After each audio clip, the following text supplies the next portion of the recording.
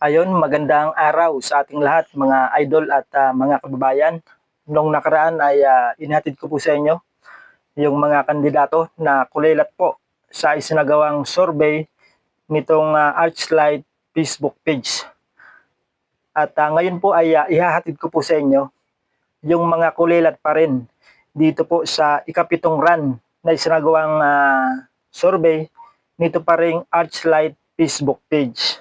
So, hindi na po natin patatagalin at ilalagay po natin sa screen para masundan po ninyo yung akin pong binabasa. Archlight Senatorial Preference Survey 7th run.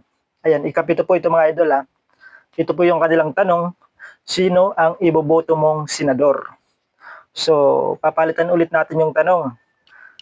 Ayan, sino po yung mga senador na kulilat dito sa survey? Poll conducted from February 22 to February 25, 2025 with 66 senatorial candidates to choose from. Archlight with its 2 million followers generated more than 435,781 votes from accumulated survey forms and recorded 5.2 million in total engagements mga idol. So napakalaki po mga idol ha. 5.2 million. Hindi kagaya ng iba dyan na 1,000 lang o mga 2.5 lang siguro yung mga nakilahok sa kanilang survey. Kaya mas marami pong naniniwala at nagtitiwala dito po sa survey nito pong Archlight Facebook page mga idol. So, kagaya nung nakaraan, magsisimula po tayo doon sa dulo, pababa po. So ngayon ay magsisimula po tayo sa 24, top 24, papunta po sa top 13 mga idol na mga kulilat na kandidato dito po sa ginawang survey nitong Archlight Facebook page. So hindi na po natin patatagalin. Ito pong pang 24 na kulilat po dito sa survey ng 7th run ay ito pong si Amy Marcos na nakakuha po ng 961 votes lamang mga idol. At yung pang 23, ito pong si pambansang kamao, si Manny Pacquiao. Isa po sa mga kulilat na kandidato dito sa Archlight survey. Yung nakakuha niya pong votes ay 993 votes mga idol.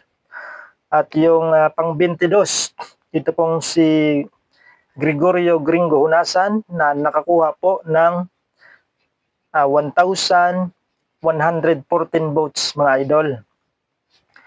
At ito pong pang top 21, pang 21 po, ito pong si Erwin Tulfo na nakakuha lamang po ng 1,277 votes mga idol. At yung pang 20 ay ito pong si Tito Soto na nakakuha po ng 1,821 votes mga idol. At yung pang 19, ito pong si Ariel Kirubin na nakakuha po ng 2,011 votes mga idol. At yung pang 18 po, ito pong si Luke Espirito na nakakuha po ng 2,112 votes mga idol. At sa mga ngayon pa lamang po nakapanood, ito pong binabasa ko po, sila po yung mga mga kandidatong kulilat sa survey nitong Archlight mga idol ha. Baka ma-misinterpret kayo mga idol. Ito pong binabasa ko ay mga kulilat po. Hindi po sila pasok sa top 12. So ituloy po natin mga idol. Ang pang 17 ay ito pong si Norberto Gonzales na nakakuha lamang po ng 2,125 votes. At ito pong pang 16 ay si Busita Bonifacio.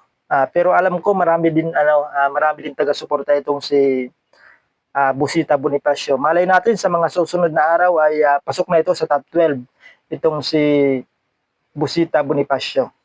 So yung nakuha pong votes nitong si Busita ay 2,208 votes mga idol. At yung pang-15 po ay ito pong si Heidi Mendoza na nakakuha po ng 2,552 votes. At yung pang-14 ay ito pong si Kiko Pangilinan na nakakuha po ng 2,571 votes. Ito pong si Kiko Pangilinan, asawa po ni Megastar Sharon Cuneta.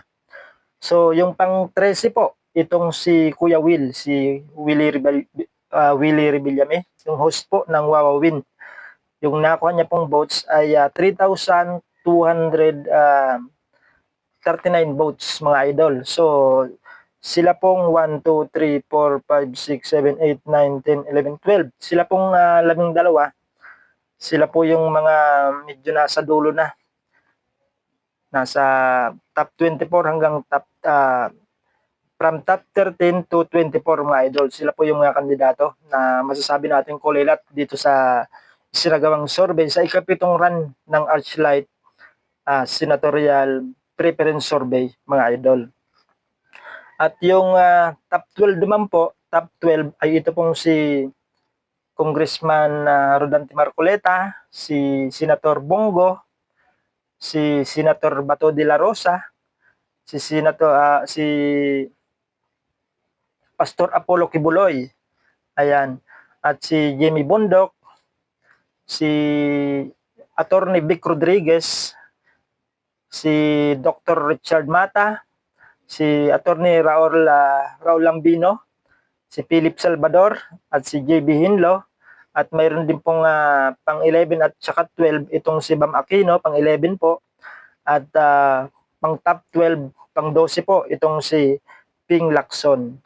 So kung mapapansin niyo po mga idol, sa top 12 po, pasok po lahat ng mga kandidato na pambato po ni former President Rodrigo Roa Duterte o yung mga kandidato po ng PDP Laban, sila po yung pasok sa top 12 mga idol. Nangunguna po sila dito sa survey na ikapitong run na isinagawang survey nito ng Archlight Facebook page mga idol. Archlight Senatorial Preference Survey 7th run mga idol. So nangangahulugan lamang po na ito pong mga kandidato ng PDP Laban ay malakas po yung suporta sa mga taong bayan kumpara dito sa mga kandidato ng alyansa na kulelat nga po mga idol. Masasabi natin kulelat sapagkat hindi po sila nakapasok dito po sa top 12 mga idol.